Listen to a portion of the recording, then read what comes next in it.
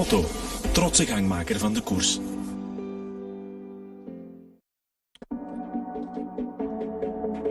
And welcome to stage 2 of the Lotto Belgium Tour. 102.2 kilometres to go from Blacksburg to Bruges, of course, to finish. And one of the towns of this year's UCI World Road Championships. Starting down by the beach in Blacksburg, heading towards the artistic and historic city of Bruges today. Thanks for your company, Martin McDonald and Danny Rowe with you to take you through stage 2 of this. Bruges, with its canals, known as the Venice of the North, apparently, is Bruges. And this is the stage for the riders. So a 10.4 kilometre neutralised section, which will then give the riders one lap of 24.8 kilometres and then 3 laps of 25.8.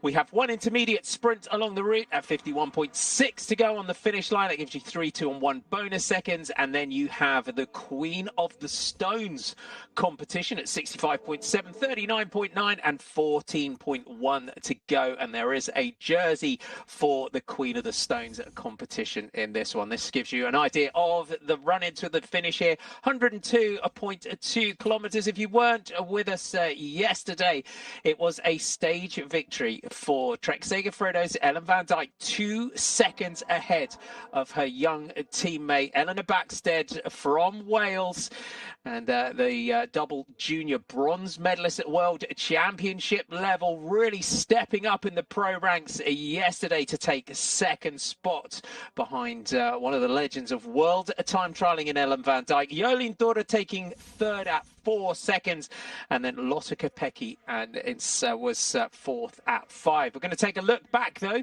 to yesterday, and you can see the finish line shot that we've got today. It's nothing like yesterday. It really was grisly conditions for the riders. Very wet on the Chimay circuit, but it was a quick circuit, and the riders were pretty pleased with the way that it rode. Alice Barnes, the British time trial and road race champion, she put in a great ride in yesterday's time trial, and she crossed the line and would eventually finish in 5th spot. Lotte Kopecky, newly crowned double road and time trial champion like Alice Barnes, doing the double from last year, and she pushed Ellen van Dijk's time close. Van Dijk had gone earlier on and finished with a time of 5 minutes 33 seconds. Kopecky got close, but she would finish eventually in 4th spot at 5 seconds down. Her teammate Jolien Dora, though, was an early starter in the time trial, and she had set an early time of 5:37.300. She was the 35th rider off in the time trial. Ellen van Dijk was fairly early in the running of the team, 74th off in the time trial, and really lived up to her start billing and pushed what would eventually be a 47.568 kilometre an hour average speed on the circuit, which would give her the stage victory. And if you think back to the Healthy Aging Tour, and she really again laid the foundations of that overall victory in that one, with a phenomenal time trial performance. And the Trek Segafredo team, and Ellen was delighted. Her young teammate there, Eleanor Backstead, alongside her, she has the points jersey and the best young riders white jersey going into today. And Danny, it was a phenomenal time trial yesterday from Trek Segafredo. You can see there 5:33 was the time, 2 seconds ahead of Eleanor Backstead, Jolien Dura, Lotte Kopecky, Alice Barnes and Pfeiffer Georgie, another young Brit, at 8 seconds like a Nguyen, doing a great ride there for Parkertel Valkenburg. Lorena Vivas, Hannah Ludwig and Ella Harris, 12 seconds separating the top 10 overall. And it was a phenomenal time trial by the young Brit in second, and Ellen van Dijk living up to that star billing. It was an incredible ride for the Trek Segafredo team. They were really, really happy with their results yesterday, especially young Eleanor Backstead, who's recently come back from a broken leg. She really did have to start from nothing and build up. So for her morale and her confidence going into the rest of the season is just what she needed. Ellen van Dijk said after the race she was really, really happy to win the prologue. It's nice for her morale after a long period with not so great form. She hasn't had good form for a while. These are in her words. It was nice to gain a win here, and it was just a nice one for me and the team.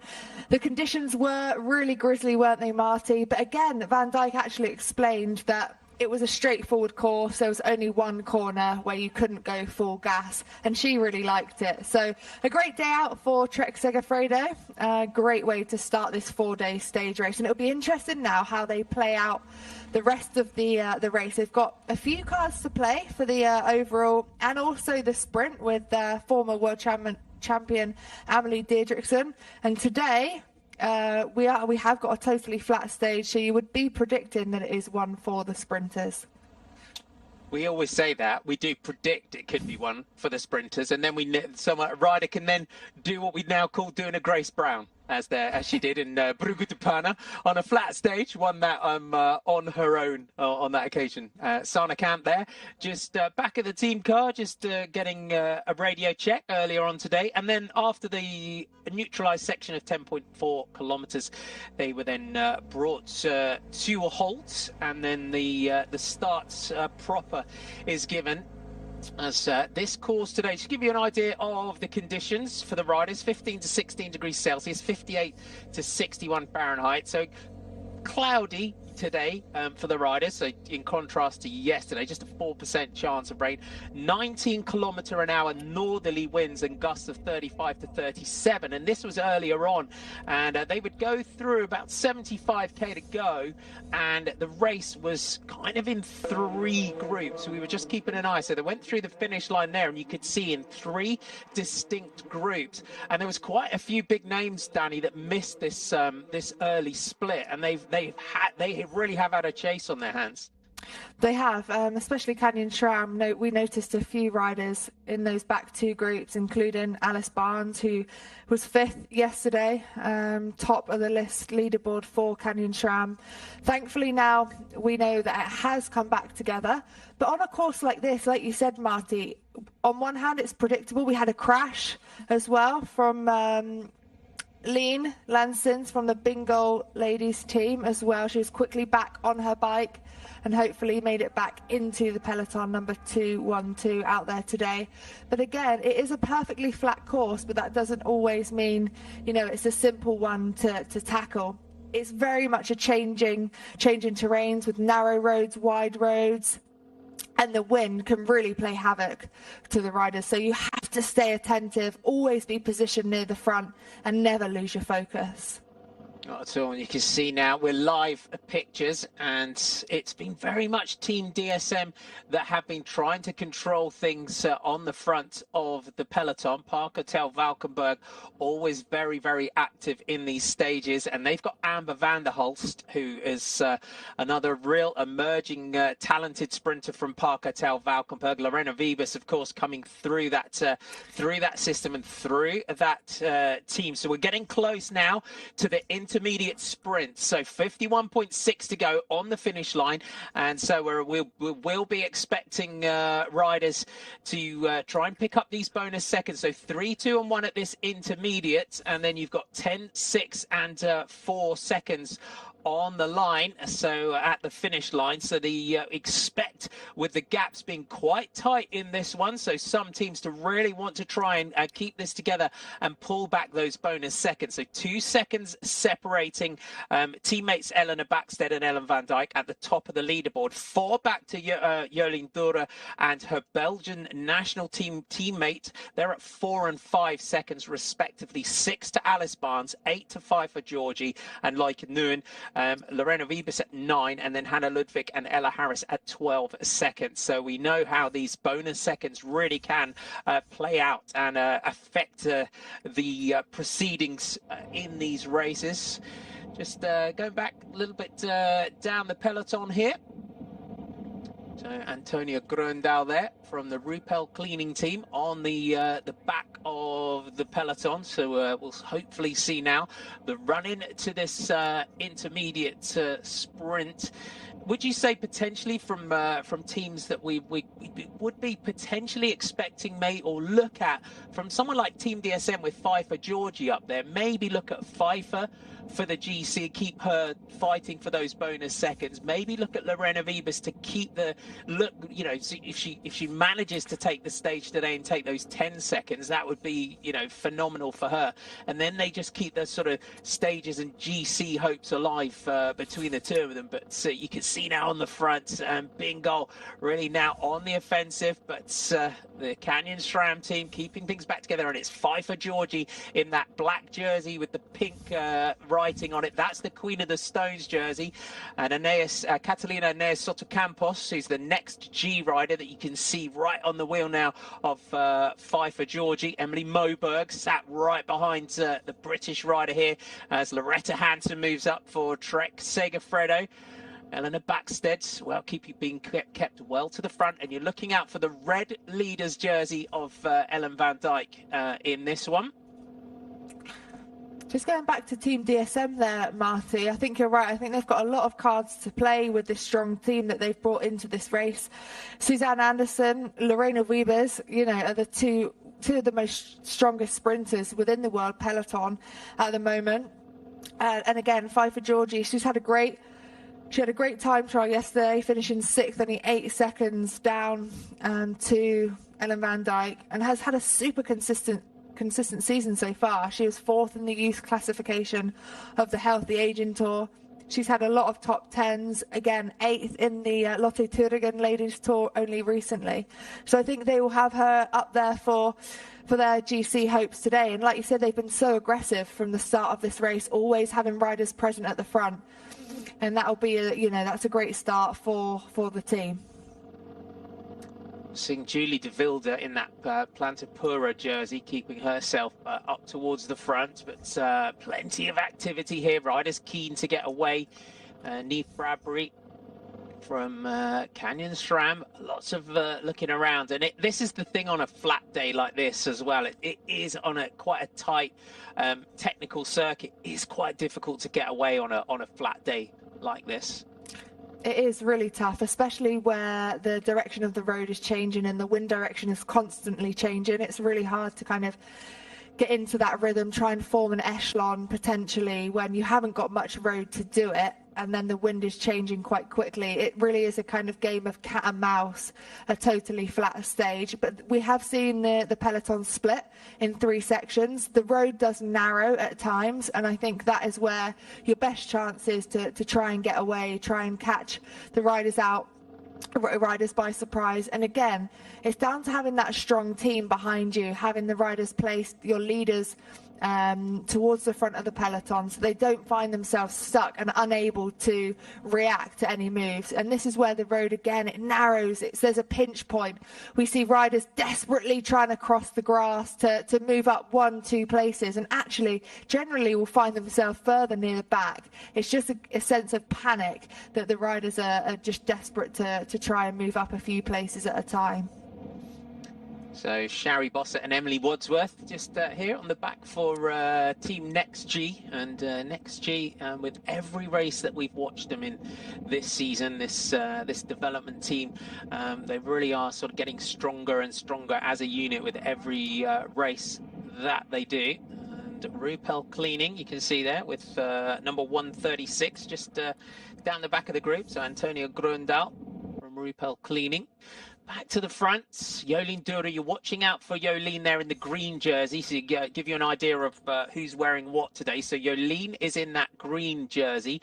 Alice Barnes is wearing the white with big blue polka dots as that's the Queen of the Mountains jersey, which I think Alice will enjoy wearing, the Queen of the Mountains jersey today. Our leader's jersey here in the Lotto Belgium Tour is a red jersey, so you're watching out for Ellen van Dijk in that red jersey. Eleanor Backstead is in her Trek Segafredo jersey, but she has the white jersey as the best young rider on her shoulders. Team Bike Exchange up towards the front, so Jess Allen, Ursula Ziegart, Tenya Campbell, Jess Roberts, Yannicka Ensing and Monique Taniglo is the team here for the Team Bike Exchange. It's going to be interesting to see who Bike Exchange go for today, because they've got fast finishers in that team in terms of Ariana Fidanza and Jess Roberts. Also, Tenya Campbell is one of our big favourites from Trinidad and Tobago, and I would love to see Bike Exchange give Tenya a go in a race such as this. Yeah, I think so too, Marty. You know, she's been such a great asset for the team already this season. We've seen her play such an incredible role as a domestique in some of the earlier classics, as Het Nieuwsblad, Bruges de Panne, where she was just on the front constantly. But we know she has got a great sprint behind her. So I think I would love, again, like yourself, for them to look after Tennille Campbell. But they do, again, have options for the sprint with Jessica Roberts as well. And again, Jess Allen for their GC Hope. She's recently come back from a nasty crash earlier this season. So it'll be a chance for her to test her form and see how the legs are feeling. Will indeed. So you can see Plantapura moving through towards the front. Julie de Wilde, watch out for Julie de Wilde in this race. You can see her just sat second wheel for Plantapura. And de Wilde, another young rider who really is on the up in terms of these races. But what's impressing me a lot about sort of Eleanor Backstead, you can see in the centre there for Trek Segafredo or Julie de Wilde. You know, these riders are sort of coming through at sort of 18, 19 years old now, and just sort of slotting into the top flight, the pro peloton, and this is the beauty of getting to see Healthy Aging Tour, or getting to see races such as Thuringen and Burgos and here Lotto Belgium Tour, because a lot of the time you'll see riders such as Eleanor or Teniel and these sort of riders working tirelessly, and Ellen van Dijk even at her level, you know, in the World Tour races, working for Elisa Longo-Borghini and working for Amanda Spratt or Grace Brown. And these are the races where we see why those riders sacrifice themselves in those World Tour races for their teammates, because these are the days where the teams say, this is your opportunity, we're going to work for you. And for the young riders like Eleanor, it's how they develop the confidence in that rider to direct that team around them, isn't it? Because it's being able to say to the teammates, I need a bottle, can you take my gilet back to the car, can you get this for me? Absolutely, and I think they would learn so much, especially a rider like Eleanor within a team, you know, with such role models like Ellen van Dijk, like Audrey Cordon-Ragot, who is arguably one of the best team captains on the road. So for Eleanor, she'll learn how to become a captain and to lead and to ask for, you know, just have direction within the team and know when to ask a team for help, like going back for bottles, and actually when in the race to do so. You know, there's good and bad times to ask your team to go back to the car, for example, on a longer stretch of road where you know there's no sprint coming up. And that's what comes with experience and confidence. These riders are still so young. Julie de Wilde, 18 years old. Eleanor Backstead, only 19 years old. And it's a big change coming into the World Tour peloton. But with direction and support from your team, you know, we're seeing how these riders are stepping up within these, these races. And it's great that the teams give them this opportunity where 9 races out of 10, they are working for their team and they're in that domestique role. But actually, they're using races like this to learn how to be a leader. And it is a completely different role, Marty. So it's really, really important as well that they get that opportunity to learn how to lead and how to actually win bike races, because these races are very, very different to the junior races that they would have experienced in the past. The women's racing, the dynamic, the tactics, the length of the races are different as well. So they need to learn how to fuel, when to save their energy. In junior races, they might have got away with actually being on the front for longer periods of time because they didn't have to obviously race for hours on end. But now they're in the World Tour peloton. They need to learn how to conserve their energy, how to fuel at the right time, when they need to be at the front, and when actually it's okay to be at the back and to really recover, try and spin your legs out, and use your team then to actually move up. So again, a fantastic opportunity for these young riders in a race like this to learn, develop, and essentially step up and figure out how to win races themselves.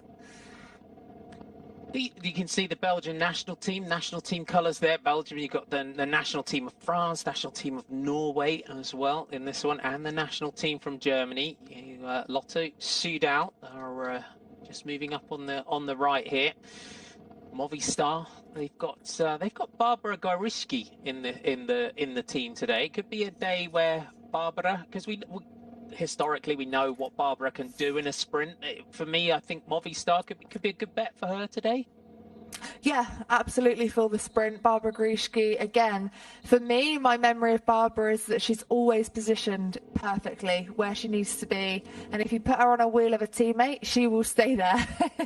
And right or wrong, whether she gets another rider's way, she will be so committed to staying on that teammate's wheel. But a fantastic sprinter in her own right. So again, I do think she would be the pick if it was to come down to a sprint finish today. Hence why she leads Emma Norsgaard out so well as well, because that's what's so important as well, isn't it? To be able to as a sprinter, be able to have a top sprinter in front of you who knows the positioning so well. Neve Bradbury just having a spot of looks like a spot of malt loaf there or something that Neve Bradbury's tucking into. A lot of riders now, actually, Marty, prefer to have kind of normal food, as I call it, rather than your gels and your bars, especially in a stage race. You're not only fueling for the race itself today, but also for the up and coming days as well. So it's even more important to think about your fueling and not forget to eat. When the race is on, it's always easy to kind of forget, and there's kilometers that tick by, and actually then you found, I've gone an hour or without eating anything, and that's when it can have a knock-on effect to the next day. So sometimes you'll find that riders will put reminders on their stem. I used to kind of use other riders as an example. Oh, she's eating, I should probably try and eat. And again, to have a good DS in the car behind, it's another element to the race, and to give you those little reminders. Girls, keep drinking, keep eating throughout is really, really important from a car behind. Audrey on the front, a very common rider that we see patrolling the front of the peloton, again in fantastic form. Second in the French National Road Race, really close to Evita Musique in that exciting finish that we had, and she just stormed that time trial, which we know she was really passionate to take that jersey back from Juliette Labousse, who won it last year. Now, a rider that you want to have a look at as well, who's just moving up in the yellow, apologies, my colours. So this rider here in the red and black, Fem van Empel, now having a go off the front, and Fem van Empel is world under-23 cyclocross champion, hitting the stones now. So Fem van Empel was a sensation of the winter in the fields and in the mud. Was Fem van Empel rounded out that season as you hit the cobblestones here. So this looks like we're coming into our Queen of the Stones sprints. So it's looks like Manon Bakker that's in second wheel here with Audrey Cordon-Ragot just coming up. So Fem Van Empel goes long in that one. So this cobblestone section here, the Queen of the Stones, it's a great title to have that one. So just gets to the end of the cobblestones section. A little move there. So good move there by Fem Van Empel. Good to see Van Empel getting up here and getting into the mix for the Burt Containers Paushausen Bingol team. So first time we're seeing the under 23 cross world champion Manon Bakker here for Planta Pura. Audrey Cordon-Ragot just pointing something out for Manon Bakker. Smile there from Manon Bakker. Audrey again policing that peloton like she does best. The general, as we call her. We do. She does a fantastic job to try and keep everyone safe, though, which is really, really important. It is indeed. That after that Queen of the Stones. So we looked. So I think Audrey went through there ahead of Manon Bakker and Fem Van Empel. We'll get hopefully confirmation at the end. 5 for Georgie, just moving up on the right. Jolien Dure here in the green jersey as for the Belgian national team. Is it a difficult one for Belgium today with Jolien and Lotto in the same team, or do you think we might look again at Lotto for the GC and the sprint today for Jolien? What's Audrey having a bit of a word there with Manon? Has she got an issue with the back wheel? No, I just it's interesting to see what she's pointing out to her there. Yeah, I can't quite work that out because there was a smile there in reply to whatever Audrey was pointing out. So I'm not sure it was a bike issue, but there was no smiles from Audrey. So we'll all have to try and guess to work that one out for ourselves, or maybe get to social media after the race and see what it was that Audrey was pointing out there.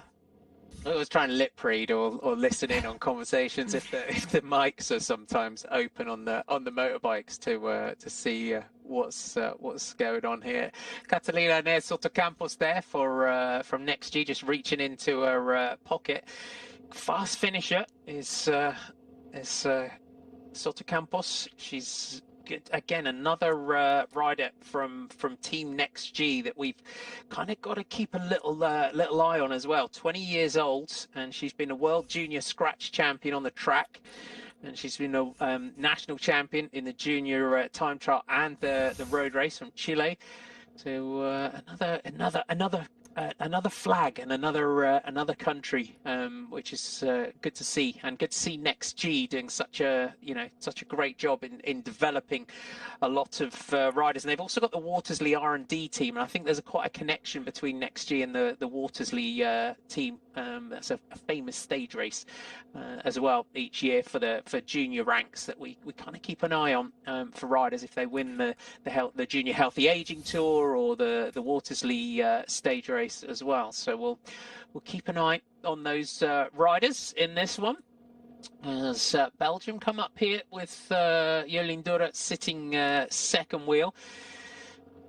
But DSM, they've got Lorena Wiebes in the ranks, and we've got to look at Team DSM and the way that team now are starting. And we spoke a little bit yesterday about Lorena in terms of she hasn't quite had the luck hasn't quite fallen her way in the last in terms of the last races in the last 12 months. If we look back, last year was it was a weird year anyway for racing, wasn't it? It was a strange one. Everything was so compact at the back end of the season, and we started racing again. But the way that the team around her and the lead out, especially looking at the way Suzanne Anderson is just growing as a lead out rider. Franziska Koch, we got Julia Suk in there as well, Vilma Olausen and Pfeiffer Georgie, but they're starting to really look like such a well drilled lead out, and especially that final lead out from Suzanne Anderson, who we talk about Barbara Groschke a little bit earlier on in the work she's been doing this year for Emma Norsgaard, but Anderson's got she's a quick finisher as well, but she's still quite a young rider, Suzanne Anderson, who's already really can pilot Lorena Wiebes through the bunch to get her into the right position. Yeah, and I think you could argue that they had quite a slow start to the season, and they really needed that first win that Lorena Wiebes had in Scheldeprijs in April. And I think since then, it's almost that's given the team that morale and that boost that they needed to come together to work as a unit. And since then, they've almost, they've been riding so differently, and they've been so well drilled. And it's what that team has always done. You know, the lead outs that they've been able to produce in the past have just been second to none. And you know that when DSM, or as they were known, Team Sunweb, came to the front when I was riding, that was your cue to get to the front, because something was going to happen, whether it was going into a crosswind or an intermediate sprint or even the final sprint. You know, they were so well drilled in that lead out, and it really was their bread and butter, what they did so well, and something that they obviously worked on within a team training camp. So it's great to see them back in the mix. And for this race, they have Pfeiffer Georgie, who's had a great start for the GC, and then two fantastic sprinters in Lorena and Suzanne Anderson. I think arguably you would say it would be for Lorena Wiebes today, but what a fantastic lead out, or your final lead out woman in Suzanne Anderson to have just in front of you. So it's going to be an exciting finish as Bike Exchange now get to the front with 35.7 to go. You can see Loretta Hansen in those Trek Segafredo colours as well. Suzanne Anderson there, who we were just talking about, in the middle of the screen. Again, with the teammates. She's got three teammates here. Julia Suk on the front now for Team DSM, just looking after her riders. People don't realise, do they, Marty, how much of a team sport cycling is? I think you see that one name winning the bike race, but actually it just takes the whole team for that victory, whether it's earlier on in the race collecting bottles, or actually it's just keeping the riders safe and out of trouble, positioning them when the road goes from a wide road to a narrow road or a cobbled section, or something that could be potentially dangerous in terms of splitting the peloton. Like this section right here, and you can hear all the riders, and there's a lot of chat that goes on within the peloton between the teams and the riders to keep each other safe, and especially on Flanders roads as well. It must just be, you know, excruciating sometimes to be down the back like this on Flanders roads, because you must just get, you as a rider, when you're in there, you must just get flung around at the tail end of the peloton. You do, and it's physically harder as well at the end of the peloton. You know, gaps develop, you've got to close the gaps as well. And you're almost praying, if you do get caught out and you're at the back, that it comes back together, and it's not a situation where by the time you get to the front, the peloton's already split in three, and then you're finding yourself in no man's land, because it's almost then impossible to try and chase back. So it just highlights the importance of positioning and having a team to help with that. You know, if you've got a teammate you can move up with, you can share the load, and you just become so much more dominant at the front. Ellen van Dijk towards the back. Ellen hanging out down the back here. She's got Trixie Warrack with her. But again, when you look at someone like Ellen and watch, so if you're a young rider or a club rider and you want to see how you move through a peloton, Ellen van Dijk here, and you watch and then see how long it takes her to get back up to the front. It's a good lesson as well, isn't it, on how you move through a peloton. Yeah, and also when to move, Marty. You can see Trixie Warrack, number 16, as well, towards the back for Trek Segafredo. And arguably, she's never going to get caught out in a situation like this. And it's being able to read the race and knowing where the dangerous parts are and when it could potentially split. And I know cycling is very unpredictable, but again, like I mentioned earlier, it's about knowing and taking those risks to try and give the best performance you can, because it's impossible to stay at the front for the whole duration of the race. And Annemiek van Vleuten is one that we see towards the back of the peloton, but then within a split second she's at the front when she needs to be. And again, it's something that comes with experience and learning how, like you just mentioned there, how to move up quickly and effectively, and choosing the right time to do it. And if you've got teammates there to help you, then that's almost a bonus. If you're just joining us today, welcome. Thanks for your company. It's stage 2 of the Lotto Belgian Tour, 102.2 kilometers from Blankenberg to Bruges, and the riders are 33.4 to go, and they're heading in towards the Bell Lap, which will come with 25.8 kilometers of the stage remaining. Going into today, your race leader is Ellen van Dijk of Trek Segafredo, the Dutch rider with the red jersey on her shoulder. She went into today with a 2-second advantage over her young British teammate Eleanor Backstead. Jolien Dura of the Belgian national team, she's wearing her national champions jersey. She is 4th at 4 seconds. Lotte Kopecky, rather, getting my Jolien Dura and Lotte Kopecky mixed up, my apologies. So Jolien Dura is at 4 seconds.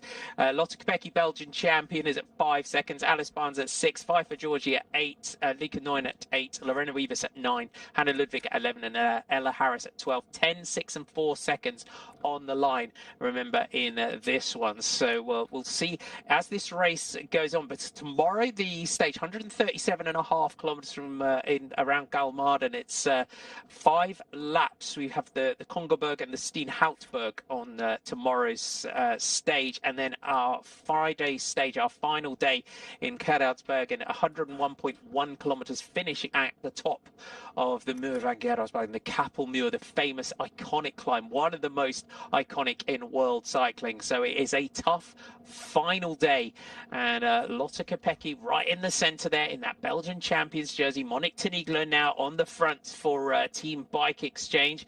So Amelie Deirdrickson just moves up here for Trek Segafredo. Just see those rainbow cuffs on her jersey. Riders here just taking a little bit to the bike pass on the side. There's Alice Barnes, you can see in that white jersey with the big blue dots. That's the jersey for the Canyon SRAM rider today that you're watching out for. Judy De Wilde keeping herself right towards the front here in that purple jersey with the pink. Asana Kant just moves back onto the road there for Planta Pura. Tenielle Campbell does the same for Team Bike Exchange. So lots of action now on the front for Bike Exchange. Zerska Ziegart tries to get across as well. That is the danger, though, Danny, isn't it? Sometimes of moving across onto looking for smoother roads or trying to move up.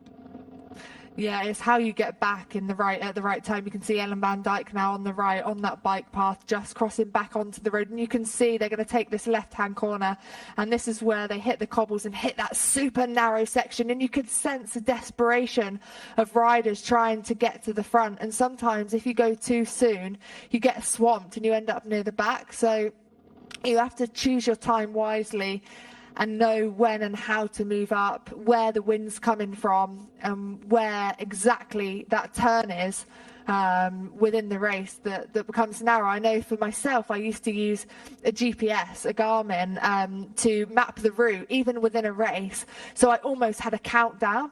So when it was coming up to around a kilometre to go, I would be notified. I could then really get to the front, or you'd pick out a point on the road, whether it was a landmark, to know, okay, this narrow section of road is coming up. I've got to get myself to the front. And you can afford to dig in deeper. You can afford to go into the red, knowing that you can see here now, as they've gone round this left-hand bend, the pace has totally come off, and it's really easy to stay near the front. And it's just stressful then if you're towards the back of the bunch. There's really nothing you can do in a situation like this, and you have to hope and pray that there's no action at the front, you don't get caught out, and when the road widens again, you've got to try and get back to the front of the race. Now you see your race leader, your general classification leader in that red jersey, in that red Lotto jersey, Ellen van Dijk of Trek Segafredo. Looking at the way she rode in the Healthy Aging Tour earlier on in the season, that's that final day on the Vanberg. You wouldn't bet against Ellen van Dijk managing to take this race overall. No, absolutely not. Like you said, Marty, at the beginning of the season in the Healthy Aging Tour, she performed incredibly well in that final stage that was hilly, and she's won races with Hilton before, some one-day classics, Hageland. She's won the Madrid Challenge. She's won the Tour of Flanders, and that is a race that is absolutely not flat. and you have to, get over a lot of steep, tough climbs within that race, especially. So I think she will be Trek Segafredo's #1 pick for the GC, and hopefully she's got the legs, not just within a short prologue, but within a stage race as well that covers, a lot of kilometers and differing road surfaces, and ups and downs within the course, flat days and really, really tough hilly days that we've got to come. You saw that left-hand turn there, and Pfeiffer Georgie on the front here for Team DSM. So really putting the pressure on out of the corner of that section, and you could see that the teams were moving up to make sure that they were in the right position. Now DSM coming through towards the front here. Julia's just having a word there with Pfeiffer Georgie, and Lorena Vivas is right there. There's Lorena Vivas with that aero helmet that you can see there in similar style to Pfeiffer Georgie. But they really are now putting the hammer down on the front to try and split this race. Georgie back through to the front here. So Team DSM clearly again on this section, as they've done previously, looking to try and split this race, as our Trek Segafredo. They've got Ellen van Dijk here, and you can see, Danny, that it's already starting to split under the pressure. There's definite fractures now in this peloton behind. There is, Marty. You could see that the peloton has split as Suzanne Anderson comes to the front for Team DSM. Julia Suk taking on behind Anderson here, and it's where the riders have got to try and fight to get back to the front, close those gaps in front of them. You can sense the desperation now of the teams really trying to get in this echelon formation that DSM have started now using the wind. Look at the gaps developed now, Marty. These riders have been caught out towards the back with these twists and turns as well. It's really hard to try and get back in contention with the front of the bunch. They're having to close these gaps, use that power that they're going to need, towards the end of the race. You've got that sponge analogy that I've mentioned before. You start the race with a sponge full of water, then you want to try and save it as much as you can, towards the end of the race. And actually, by positioning yourself well, you don't have to make these efforts towards the back of the group where riders in front of you lose a wheel and you're desperately trying to get back to the front of the pack. Trixie Warwick's been caught out for Trek Segafredo as a teammate now. Ellen van Dijk, the leader of this race, is on the front with Pfeiffer Georgie from Team DSM. Jolien as well. Dohora always up the front. She knows where to be. She's got years and years of experience. She loves this type of race. She'll be rubbing her hands together now, Marty, knowing Jolene. This is home on these sort of roads. They really have got the pressure on now. 28.7 kilometers in towards the finish. Who are you going for today, Danny? I'm still on a karma building exercise in terms of trying to make stage predictions, but you can see that the peloton definitely has fractured here. We've got a puncture. Oh, Barbara Gorishki. That's a shame. Looks like Barbara Gorishki has got a front wheel puncture there for Team Movistar. You can see the splits here. Just have a look around, just see if we can see if anyone has been caught out in this one at the moment. Who's your prediction today, Danny? Who are you gonna go for? Can I see who's made that front group first, Marty, before I make my prediction? No, I actually said to you before we saw pictures of the race, Lorena Wiebes is my pick for today. And looking at how Team DSM are riding, I think they would deserve to take that win today. Yeah, they're really taking this race on. They've got most of their riders up near the front now as they go round this left-hand bend, this narrow section. 28.1 kilometers to go now. So bingo. I've got the pressure now on the front of this one. DSM still trying to get control over this. Anna-Marie Verse just moving up as well for Planta Pura. Good to see Anna-Marie. There she is, just sitting there in the purple and pink colours, fourth wheel in line here behind Julia Suk.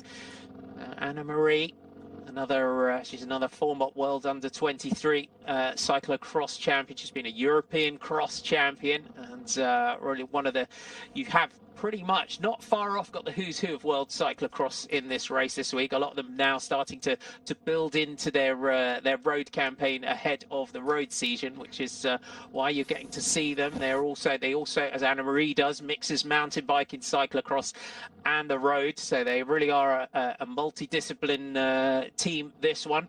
Anna Marie also having a tough road back from a crash last year on the mountain bike down in Switzerland.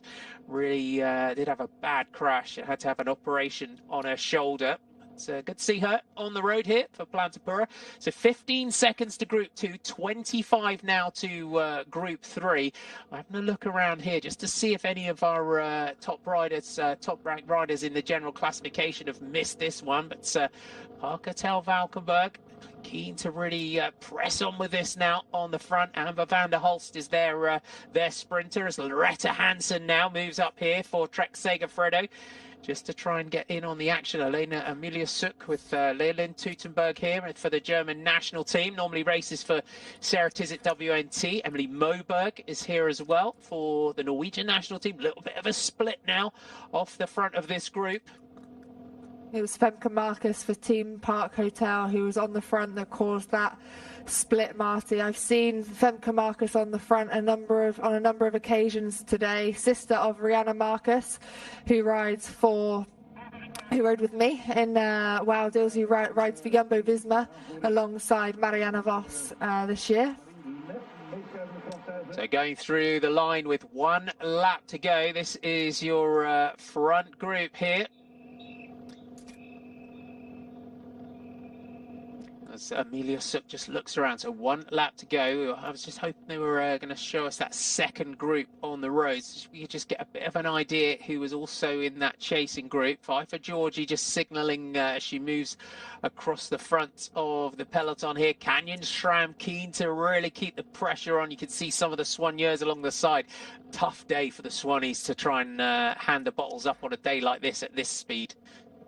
It is really tough, and I expect that is why Pfeiffer Georgie was just signalling that she was moving to the right-hand side of the road. She wanted to use her Soignier to get a bottle. But again, when it's such a fast, flat day, it's really tough for the Soigneurs to be able to give their bottles out quick enough. You know, the riders come past so quickly, and you have to hope that you can grab one of those bottles, or that a rider is able to grab more than one. And if not, it's generally a case that they would have to go back to the car or send someone back to the car to pick up multiple bottles for the team.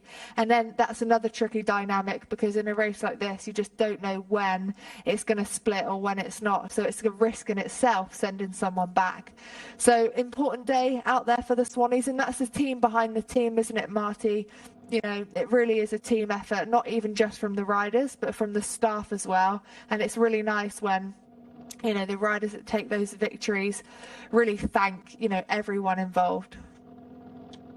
So looking around the dynamic of some of the teams, and Teniel Campbell sitting third wheel on the bike exchange team at the moment. So it could be, as we said, day where they give the rider from Trinidad and Tobago a go in the sprint. She has got a real kick on her as Teniel Campbell. So perhaps they're going to give her a go today in the sprint, but she will definitely got some of the fastest finishers in the peloton here on this flat day today, with the likes of Lorena Wiebes, who's got to be our out and out favourite for this, with the Lotte Kopecky and Jolien Dura. Alice Barnes for Canyon Schramm from Great Britain have really had a real return to form in the last month or so in a lot of the races. Stage win down in Valenciana, Vuelta Valenciana, which was her first win for a while in a stage race scenario. Took a second as well, or earlier on in the season. Was just out sprinted by Jolien Dura down in the at the Healthy Aging Tour that we had earlier on in the season. So lots of our sprinters here today. Trixie Warwick is just on the back of this chasing group. 23.2 kilometers to go. We'll just have a look to see who's working on the front here. I said, didn't I, Marty? Trixie Warwick wouldn't be caught out, and actually she has been. So maybe she knows something that we don't, and that it will come back together. But unfortunately for Trixie Warwick, she has been caught out. She is at the back of this small group, and it looks like she's alone for the Trek Segafredo team, which is probably a good thing that they've got most of their riders in that front group, and it's just Trixie that they're missing at this moment, hoping it will come back together.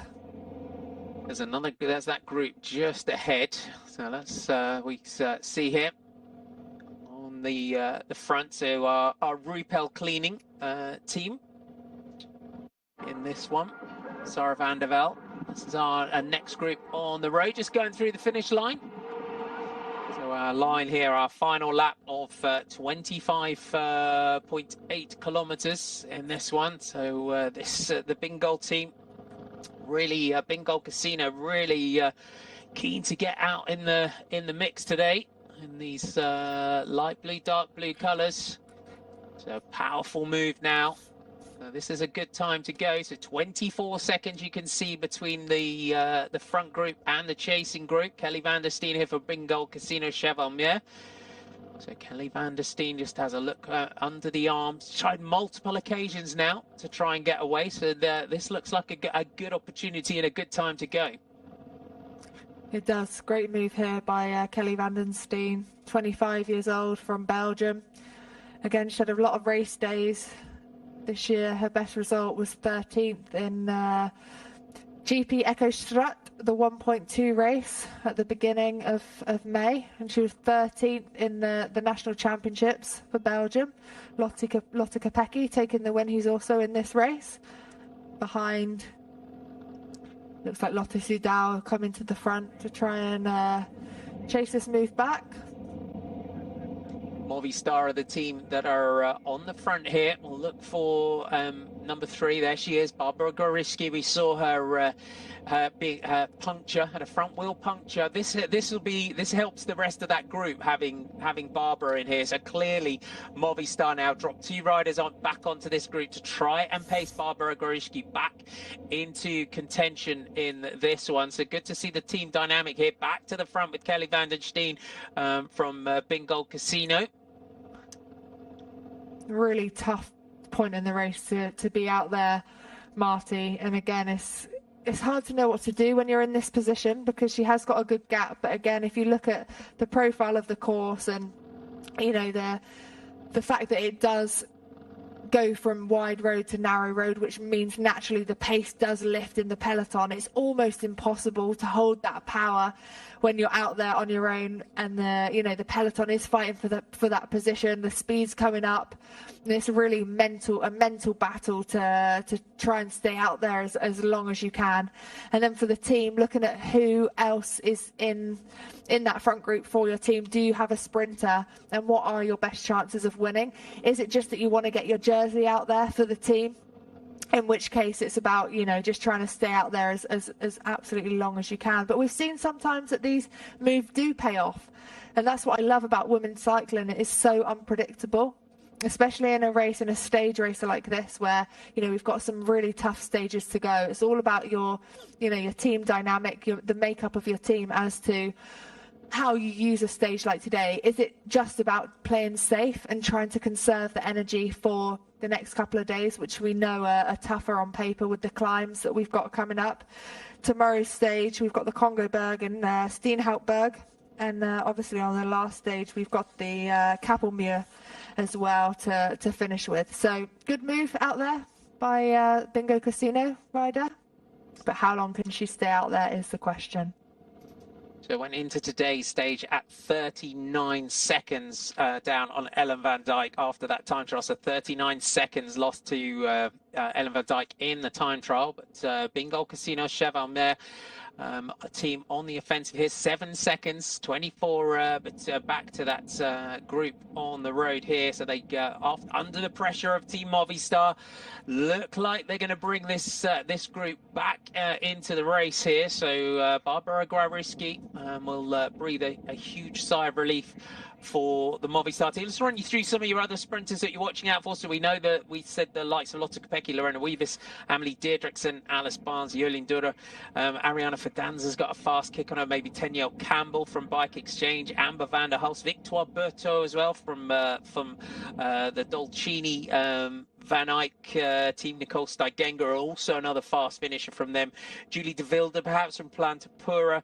And also we have the likes of Clara Caponi in there racing for the French national team. But Van der Steen persisting with this one, so nicely timed move. This could as well, with inside 20k to go, Danny, could just take the pressure off for the sprinters as well. We do see, we talk about sometimes on flat stages as well, that if you give a rider maybe 30 seconds, maybe 45 seconds, just enough of a gap to dissuade anyone from some feeling that they can jump straight across to the move. But it just keeps control. You can think, you know, and then just gradually reel it in when you've got a DSM and you've got a Trek Segafredo, or you've got a Canyon SRAM keen to lead out for a big sprinter. And it can just calm the front of the race down sometimes if you just allow that rider to build a 30 seconds, maybe 45 inside 20k to go. It can, Marty. It can kind of stop that cat and mouse dynamic that we see towards the end of a race like today, where riders are just constantly trying to jump off the front. And it does look like the peloton has slightly calmed behind. 15 seconds now is the gap to Kelly Van den Steen. She is Belgian, so she'll be lapping it up on the Belgian roads. It's such a different style of racing in Belgium versus, you know, most other places. Belgium and Holland are very unique with the road furniture, you know, the predominantly flat roads, exposed, the crosswinds. And the Belgians and the Dutch riders really know how to race in these countries. They've been brought up racing. Ooh, big crash here. Who have we gone down? So we've got Trek Segafredo rider who's gone down. Amelie Deirdrickson has gone down here. That's a shame for Amelie. It's taking a while to get up here. As a rider's just getting some attention here. Something never like to see. Amelie just taking the time here. That's a blow for Amelie Deirdrickson, who's got big hopes set on the Olympic Games as well. Madison pairing with Julie Leth. They've had some fantastic results in the past couple of years, and I know they definitely have medal hopes on that Madison for Tokyo. So wishing Amelie all the best. Hopefully she is okay after that crash, but it did seem that she was in quite a bit of pain there. Never nice to see. And again, it's something that almost comes with racing on these sort of roads. Marty, you've got this section in the middle of the road, which you almost call the Valley of Death, which is almost yeah, it is. It's a valley. It's a couple of centimetres in diameter, and if you get your front wheel stuck in there, it can be hellish. So you get riders trying to bunny hop over it, and in turn it makes the peloton very, very twitchy, especially as we're coming into the last 17 kilometres of the race. And for a rider like Amelie, she would be one with her sights set on the sprint finish. So it's a stressful situation being out there, and it's one part of cycling that I don't miss. Just to update you as well, I've just managed to find the intermediate sprint result, and that came at 50.6 kilometers covered, 51.6 to go. So the update, which I found, is Lotto Kopecky took first, Jolien Dura second, and then Lorena Wiebes taking third in the sprint. We're just getting a replay of the crash here. So hopefully the riders are all okay, and we'll just the other rider there is Kirsty van Haften. So as we always say, we never speculate with anything. We'll bring you updates on riders once anything is made official. Back to the front here, Kelly Van den Steen. So that changes as well for the finish. So 3, 2, and 1 bonus seconds. So Lotto Kopecky taking 3. She went into today at 5 seconds. So she's closed the gap now down to 2 seconds on the line. Jolien Dura went in at 4. She's now also at 2 seconds, and Lorena Brenna Wiebes went in at 9, so she's closed the gap to 8 seconds. Oh, rider down off the side here. Can't quite make out who it is. One of the Lotto Sudal riders. Hopefully they're okay. You can see how windy and how nervous it is getting as we run in towards the finish. But the bonus sprint, that's quite significant when we've got just being helped up. Is it Hannah? Just getting an idea who that is. I think it's Hannah Nielsen that's gone down there. And those ditches are deep. It is Hannah Nielsen, so we hope Hannah's okay. They've helped her out there. They are pretty deep there. Just checking herself over just to make sure that she's okay. Good to see her back on her feet, but again, never nice to see. Looks like she's lost potentially glasses or bike computer or something that the team trying to look for her. But again, like you say, Marty, never nice to see. Stressful situation come the end of the finish when you've got such flat roads, riders fighting for that position. Good shot there, the stem, where riders put key parts of the race in, the intermediate sprints, the parts of the race where the road goes from wide to narrow, where it's even more important to be near the front. But Kelly Van Den Steen still out there. A great move, but it does look like that peloton are just controlling this gap now, Marty, and they're getting ready to start their lead outs for their sprinters. It's good for Bingo Casino Xavier Mer to get on off the front on day 2 here of the Lotto Belgium Tour, running in towards the finish. We're expecting that bunch sprint, and you can see now the teams just starting to marshal themselves at the front of the peloton to get their sprinters into the right position for the finish. Will the Belgian national team and the Madison pairing of Kopecky and Dura just try and double up on this one? Hannah Nielsen here, just looking for the doctor's car, just getting going, just checking out the shoulder here for Hannah Nielsen. She's just sort of rubbing the collarbone there as she goes to see the doctor.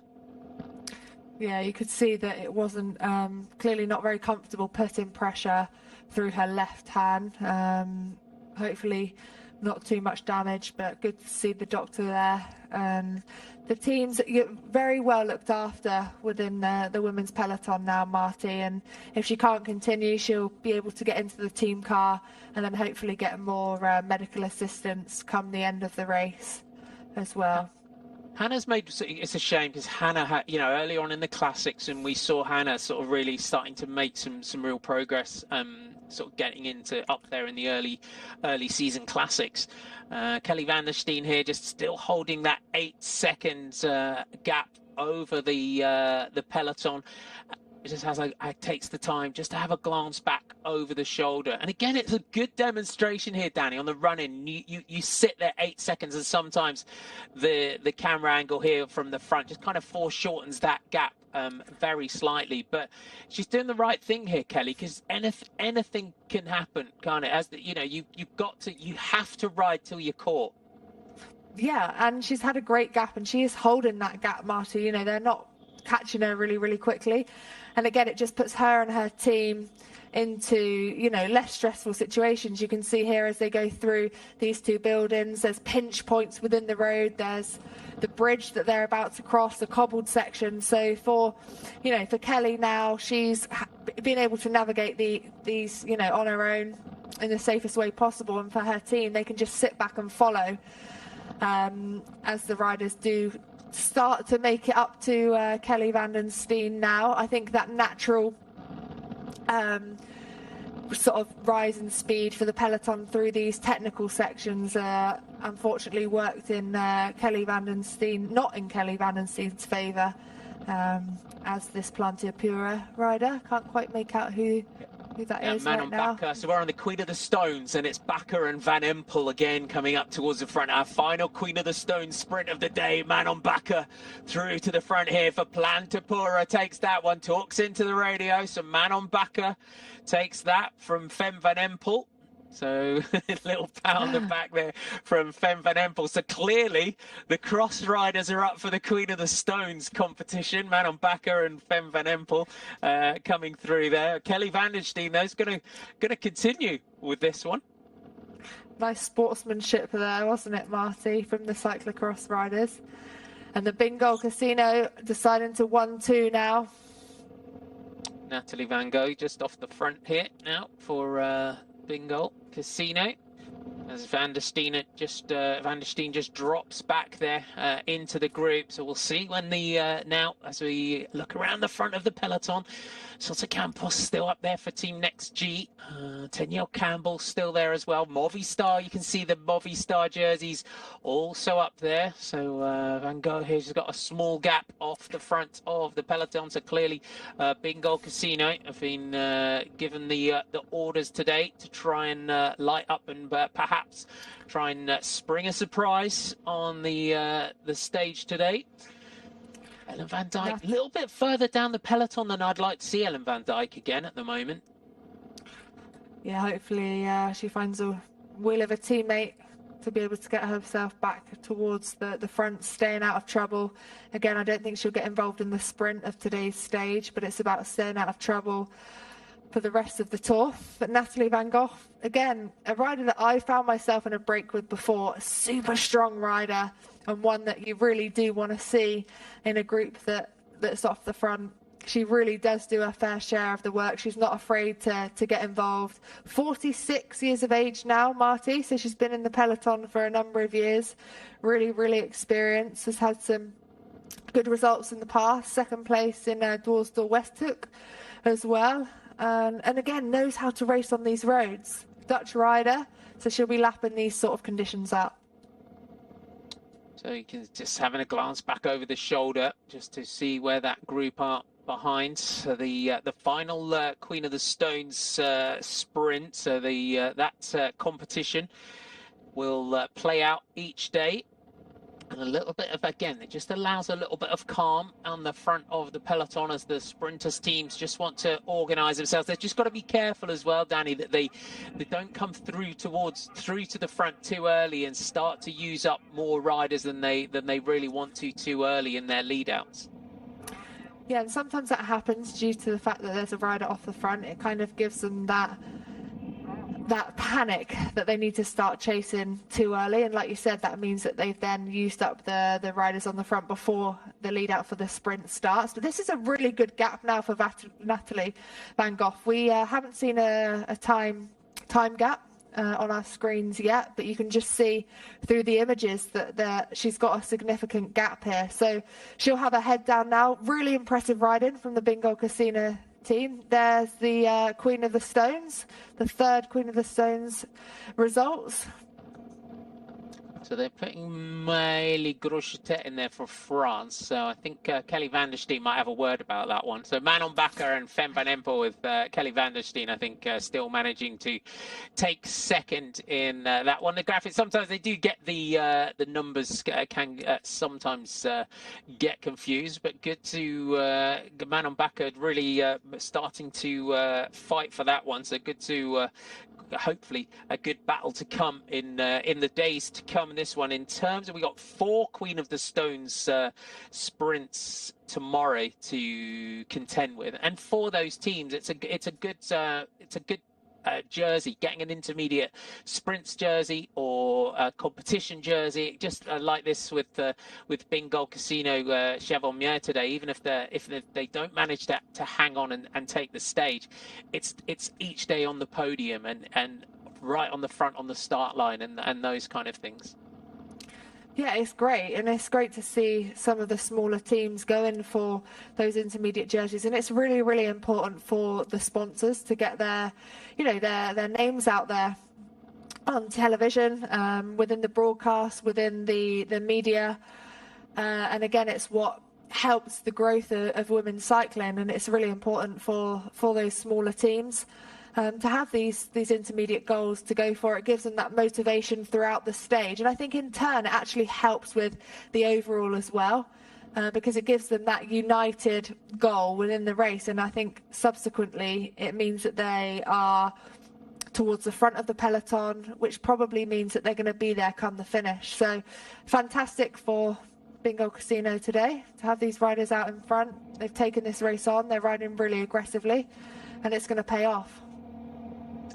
You can see the peloton got Natalie Van Gogh in their sights, so they just they keep that tempo, and with riders in there, the experience of your riders, Audrey Cordon-Rago and DSM, they know from experience, looking at the power meter on the handlebars, looking at the bike computer, they know what tempo that they need to do, and it's almost instinctive as well, isn't it, in terms of just upping that tempo, upping that pace to be able to reel a rider in. They do, Marty, but I must say, in a race like this, with not all of the World Tour teams in, it could be a day that it stays away. Never say never, and especially a rider like Natalie Van Gogh, I think you can't count a rider like this out who is so strong at a solo breakaway. We've seen her stay out the front for kilometres and kilometres in races in previous years, and she's got 20 seconds now, so they're going to have to start chasing soon, I would say. Again, I do think she will be brought back, but that's what I love about women's racing. It doesn't always happen like we've seen in the past with super flat days and late attacks that have stayed away to the line. Do you think as well, but there's that nervousness in terms of the size of the teams, and like we just said, not wanting to really hit out too early and use up, for DSM, not wanting to use up too much of Lorena Wiebes's lead out too early in the chase, because we do see teams, don't we, hit out with sort of 6k to go, and by the time you get to sort of 2.5k to go, the team are all gone. Yeah, I think this sort of scenario makes it even more stressful for the bigger teams, because everyone will be looking at each other to say, you chase, no, you chase. And then actually, like you just mentioned, it means that the riders are then used up and they've got no one for that lead out for ultimately the stage victory. So I think they'll want to try and catch Natalie Van Gogh back with still time to get their team together for the lead out, especially for a team like DSM, who have got such high chances. Looking at the roster and looking at the breakdown of the sprinters, you could argue that Lorena Wiebes is one of the best sprinters out there today, alongside someone like maybe Jolien Dora as well. On paper, those two are probably your most likely chances, but again, we never know. 15 seconds of the gap is coming down now, 8.5 kilometres to go. These twists and turns will play into the favour of Natalie Van Gogh, just out of sight. Out of sight is always good for your solo breakaway. Yeah, I think we're getting towards now that section of, we get a long sort of section where they'll have a sort of cross headwind up to Dutzela, where we turn right in towards the finish. It's the finish as well today, because it's a fairly long, it's almost a K, isn't it, from the sort of final corner up towards the line. Is it one of those sprints as well that's quite difficult to organise that lead out and not let your sprinter go too early? Yeah, definitely, Marty, but the benefit of this race especially is that it's lapped, so the riders have been able to see the finish. They will be able to suss out exactly when they want to use their riders, who will be starting that lead out, and when their best chances to kind of peel off and let the next rider go, who's going to be finishing the lead out and dropping their sprinter off at the right time. But yeah, like you mentioned, it's going to be crucial in today's stage that the rider doesn't go too early, especially if it is a headwind. We know that the riders are going to have to try and leave it as late as possible to try and time it perfectly with such a tough finish. But the peloton 8 seconds behind now, so it does look like, unfortunately for Natalie Van Gogh and the Bingo Casino team, it looks like they won't be winning with Natalie today. But a great effort nonetheless. on a proper flat stage, the Team DSM and Lorena Wiebes, they don't want to leave anything to chance here and potentially miss out on the opportunity for a stage victory here on day 2 of the Lotto Belgium Tour. If you are just tuning in, welcome aboard Blankenberg to Bruges, 102.2 kilometers. We are heading in towards the finish, 8.1 kilometers to go. Jolien Dura, Lotte Kopecky and Lorena Wiebes have all closed the gap to our overall leader, Ellen van Dijk, on the intermediate sprint. So Kopecky and Dura now have closed the gap to 2 seconds on our overnight leader and the winner of the prologue time trial yesterday, as Natalie Van Gogh just holds that 7-second advantage. You can see on the front of the peloton that Belgian champions jersey of Lotte Kopecky coming through towards the front. You're looking out for the green jersey for the Belgium national team in Jolien Dura here today. They're both here for the Belgian national team. In terms of the sprint, they could almost, the pair of them, just kind of freelance off DSM and the likes of Bike Exchange and kind of just go double team on the finish, just tag team it. Yeah, it'll be interesting to see what they're going to do actually today, Marty. I think if I was to have to bet on one, it would probably be for Jolien, and then for the GC would be Lotte Kopecky. So a great lead out, though, that Jolien will have in Lotte Kopecky, and 2 experienced riders who will know where they need to place themselves. And I think it would help them to try and get onto the back of Team DSM and really use their lead out, which we know is such a great... Oh, another crash here, unfortunately, within the peloton. Number of riders coming down. Number 22, Elena Amulusik from Canyon SRAM, and 105, really horrible to see. That's Fiona Turnbull from Lviv cycling team. Unfortunately, you can see here, this is just a touch of wheels at the back there, and the riders going down. So everyone you can see to go and get round them. Some of the Dolcini, so Fiona Turnbull, hopefully she's okay after that one. Back to the front of the peloton, 7.3k to go. Natalie Van Gogh has 7 seconds as they swing left, then right, and we saw the red jersey now of Ellen van Dijk up towards the front.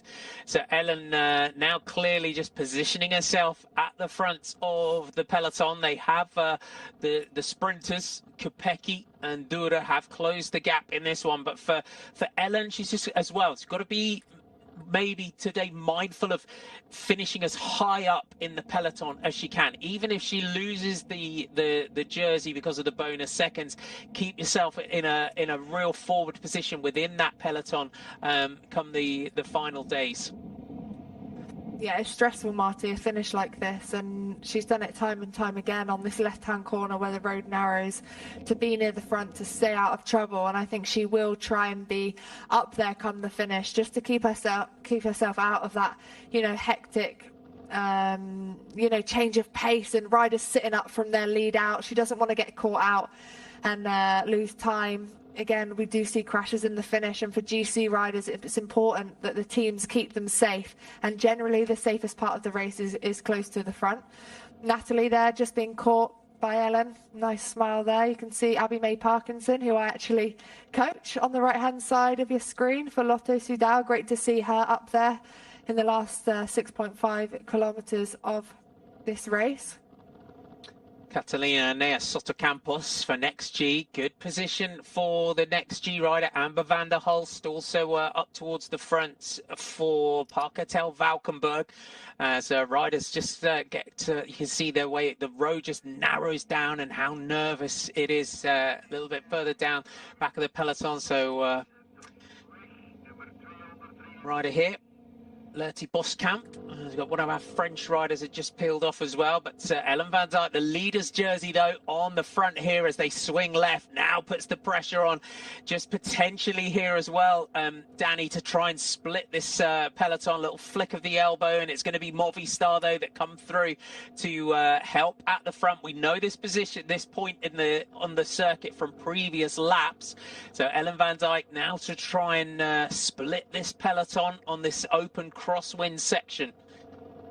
She's strong enough to be part of this, dynamic that splits. We know that it splits every single lap, and that's why we have such a fight to get into that left-hand corner where the road does narrow. We just saw, only a couple of kilometres ago, a potential touch of wheels. It only takes, a couple of moments like that, and the peloton is split to bits. You can see now the gaps developing from front to back.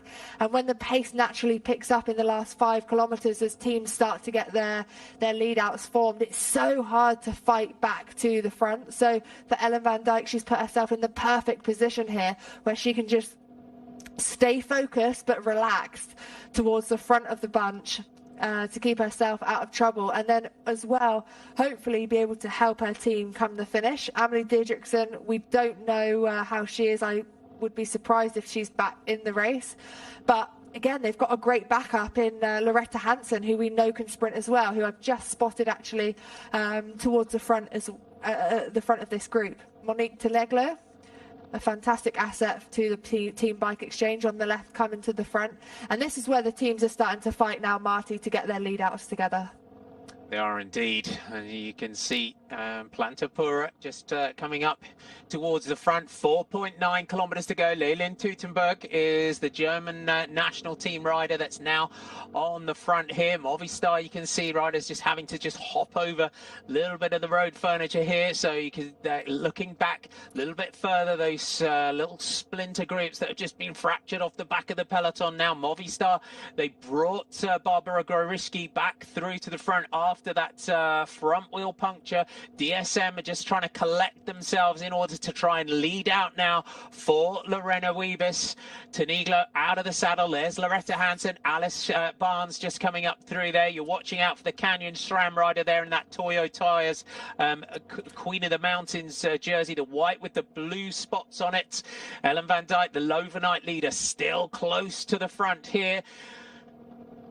Incredible display of teamwork there from Team DSM. It was Julia Souk that got the team together, looked back, made sure she had all the riders on her wheel following, and then committed to get to the front. And now they're together as a unit. They can really be stronger and decide when they take this on themselves and get to the front to start using their riders up. But for now, they're using Movistar, these two riders who are towards the front, to just wait and bide their time before they start using up their riders. Just hand up there, you can see another front wheel puncture there for the Movistar rider as Monique Taniglo now comes through towards the front. Ariana Fidanza, you can see there, just getting brought through, just yelling to the teammates. Clearly wants that wheel of Lorena Wiebes. Ellen van Dijk still in a strong position. Lotte Kopecky coming up. Fem van Empel just out on the outside of the group. Amber van der Hulst there in the white jersey of Park-Hotel Valkenburg with the pink and green flashes on the bottom of the shorts. 3.2k to go. Soto Campos right in the centre there for Team Next G. Emily Moberg moving up on the left there for the Norwegian national team. I think this is Ariana Puchet from the S-Bike Dolcini team. A new team that we're seeing in the race. So we're seeing a lot of the riders and teams for the first time. But Julia Sook now for Team DSM as Alice Barnes hunting for that wheel of Lorena Wiebes. But there's only so much room, isn't there, Danny? Everyone wants the wheel of Wiebes coming in towards the finish. They do, and it's Team DSM who took that left-hand corner towards the front, and you could just see how strong Ellen van Dijk was then. She was just holding the front almost on her own there, just bouncing off the wheels of other riders coming to the front. But Lotte Kopecky's found herself at the front now in that Belgian national jersey. Great position for Lotte Kopecky. She's got Jolien Dora on her wheel. That was my prediction of the day, that Lotte Kopecky would be working for Jolien in today's stage. Pfeiffer Georgie in that pink and black jersey, the British rider who had a great start to yesterday's time trial. But it's Team DSM now who do what they do best, the lead out. They're going to have to try and wait and bide their time, not go too early today. But it's Jolien Dora now who is on that back wheel of Team DSM's lead out with Lotte Kopecky just behind. So great positioning. Gwarishki well up there in this one, as Julia Suk is the long lead out rider, we would call her, with 1.4 kilometers to go.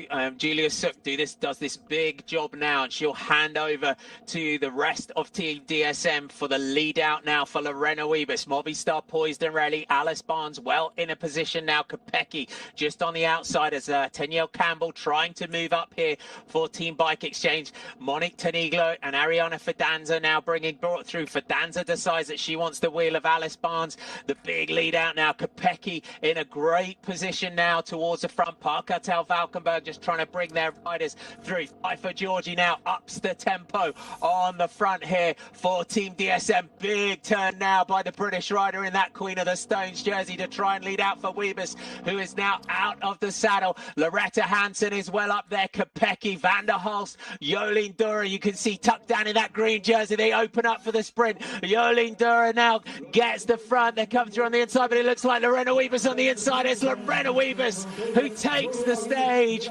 after a phenomenal lead out there for Team DSM. Lorena Wiebes delivers yet again as Jolien Dura in that green jersey looked like she took second spot. That was an incredible ride from Team DSM. I said it earlier in the race, Marty. They really worked so well as a unit today. They took that lead out into their own hands. It was Julia Suk that started.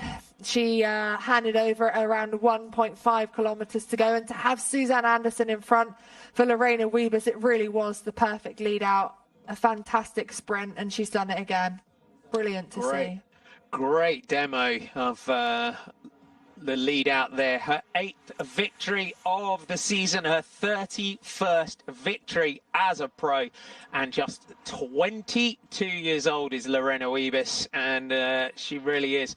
And now for Team DSM, there's Suzanne Anderson. We talk about Suzanne Anderson as well, that final lead out. It was a great long lead out from Julia Suk there that does that big job earlier on, really ups that tempo. Then a real the Pfeiffer Georgie's lead out today, super impressive from the rider there in the Queen of the Stones jersey as well. Yeah, you took the words out of my mouth there. Pfeiffer Georgie's turn was really, really impressive. You could just see them starting to potentially get swamped. And when Pfeiffer Georgie took over, she just brought their team back, into control, Marty, didn't she? With Suzanne Anderson on her wheel, it just gave her that space that she needed for Lorena Wiebes to come through at the perfect time.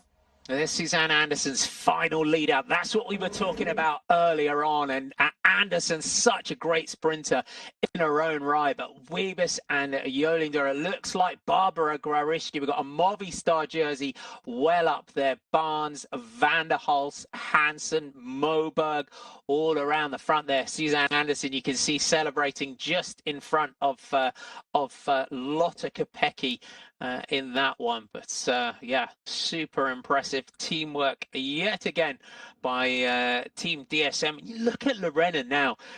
That's her, as we say, her 31st victory as a pro, and still only 22. Again, when we look at her sort of career and the sort of trajectory and the sort of evolution as a young rider coming through, it's not many years ago, when she was sort of European Games champion, sort of 2017, sort of that Trofeo, that Piccolo Alfredo Binda, which is a race that we mentioned a little bit yesterday. She was European Junior champion that season as well, stepped up to the pro ranks, and it's just, she's a rider as well that was sort of coming through like a lot of young riders, national scratch champion on the track, and quite quickly though just sort of found the groove as that sort of road sprinter. And it's 30 victories already at 22.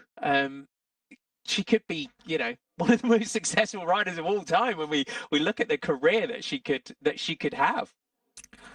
And only 22 years of age. We mustn't forget she's still such a young rider. So to have so many victories is so impressive. And I just think she's really finding her feet now within Team DSM. She rode for Park Hotel Valkenburg in the past. And I think that is a fantastic team for development and learning how to become that leader. And I think she's really you know, these girls are really come together as a unit, and you can just see, you know, as in today's stage, how well they're working, and yeah, it's paid off. So for Lorena, another victory, and again, it's I'm sure we're going to see a lot more to come from her in the future. The transfer though from Parkertel Valkenburg to what was Team Sunweb, and you know, it was quite a high sort of profile, sort of played out in the media because she was such a high profile rider. Do you think as well almost that pressure affected her a little bit in the move over to the team that has become Team DSM? Yeah, potentially, Marty, but it didn't take her long, you know, to win races again, even within that team. But I think, yeah, it was in the media a lot, wasn't it? Her coming out of Team Park Hotel into Team DSM. It's where you need that support behind the scenes to be able to deal with that kind of background noise that you have whilst trying to train and be the best athlete that you can be. But she's done a great job. And this is the final few kilometres and the fantastic lead out from Team DSM. Suzanne Anderson finished off perfectly and left Lorena with only a couple of 100 metres to go. And you can just see the power that she had to beat Jolien Dora on the line. And also, we'll get confirmation. It looks like Barbara Gorowiecki from that quite long shot there. But again, that shows the importance of a team in terms of we saw that front wheel puncture, didn't we? And just drop back there, brought her back into the race, because even, you know, third in that company for Barbara is a solid result today. It is a great result, and at that point, when you do find yourself in the chasing position, it can be really easy to kind of give up and think you're never going to come back. But they've really committed to bringing Barbara back into the mix, and it's paid off with a podium. Like you said, we think it was Barbara with that long range shot, but great result for Movistar. Nonetheless, and good to see them really committing to closing that gap. And they did it straight away, Marty, and I think that's even more impressive. They didn't wait. Sometimes it can become too late in that situation. They got straight onto the front. They didn't look at other teams to help them. They took on that role, knowing that they had someone that could win the race in that group behind. So our long shots are waiting for the stage results. It was a good day here. So tomorrow's stage, the 137.5 kilometers stage to Galmarden, 5 laps of the circuit tomorrow. It looks like we're going to leave it there as the camera peels off. Make sure you join us for stage 3 tomorrow. From me, Martin McDonald, Danny Rowe. Have a great day. Bye for now.